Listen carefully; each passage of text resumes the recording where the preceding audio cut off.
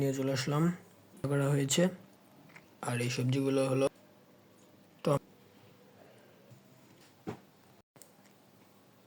Hello everyone, আসসালামু আলাইকুম। রন্ধনঘর কিচেনে সবাইকে স্বাগত জানাচ্ছি।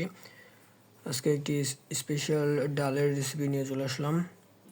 তার আজকের এই ডালটা একটু ভিন্ন রকম করে রান্না করা হয়েছে। আর এই ডালের মধ্যে আজকে এখানে কিছু সবজি ব্যবহার করে রান্না করা হয়েছে। আর এই সবজিগুলো হলো গাজর, ফুলকপি, টমেটো, এগুলো দিয়ে রান্না করা হয়েছে।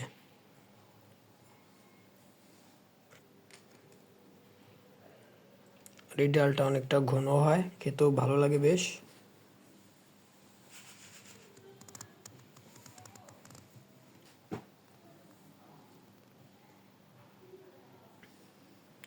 আর সাথে এখানে আজকে পুঁটি মাছ ভেজে মশলা দেওয়া হয়েছে, এই যে দেখুন।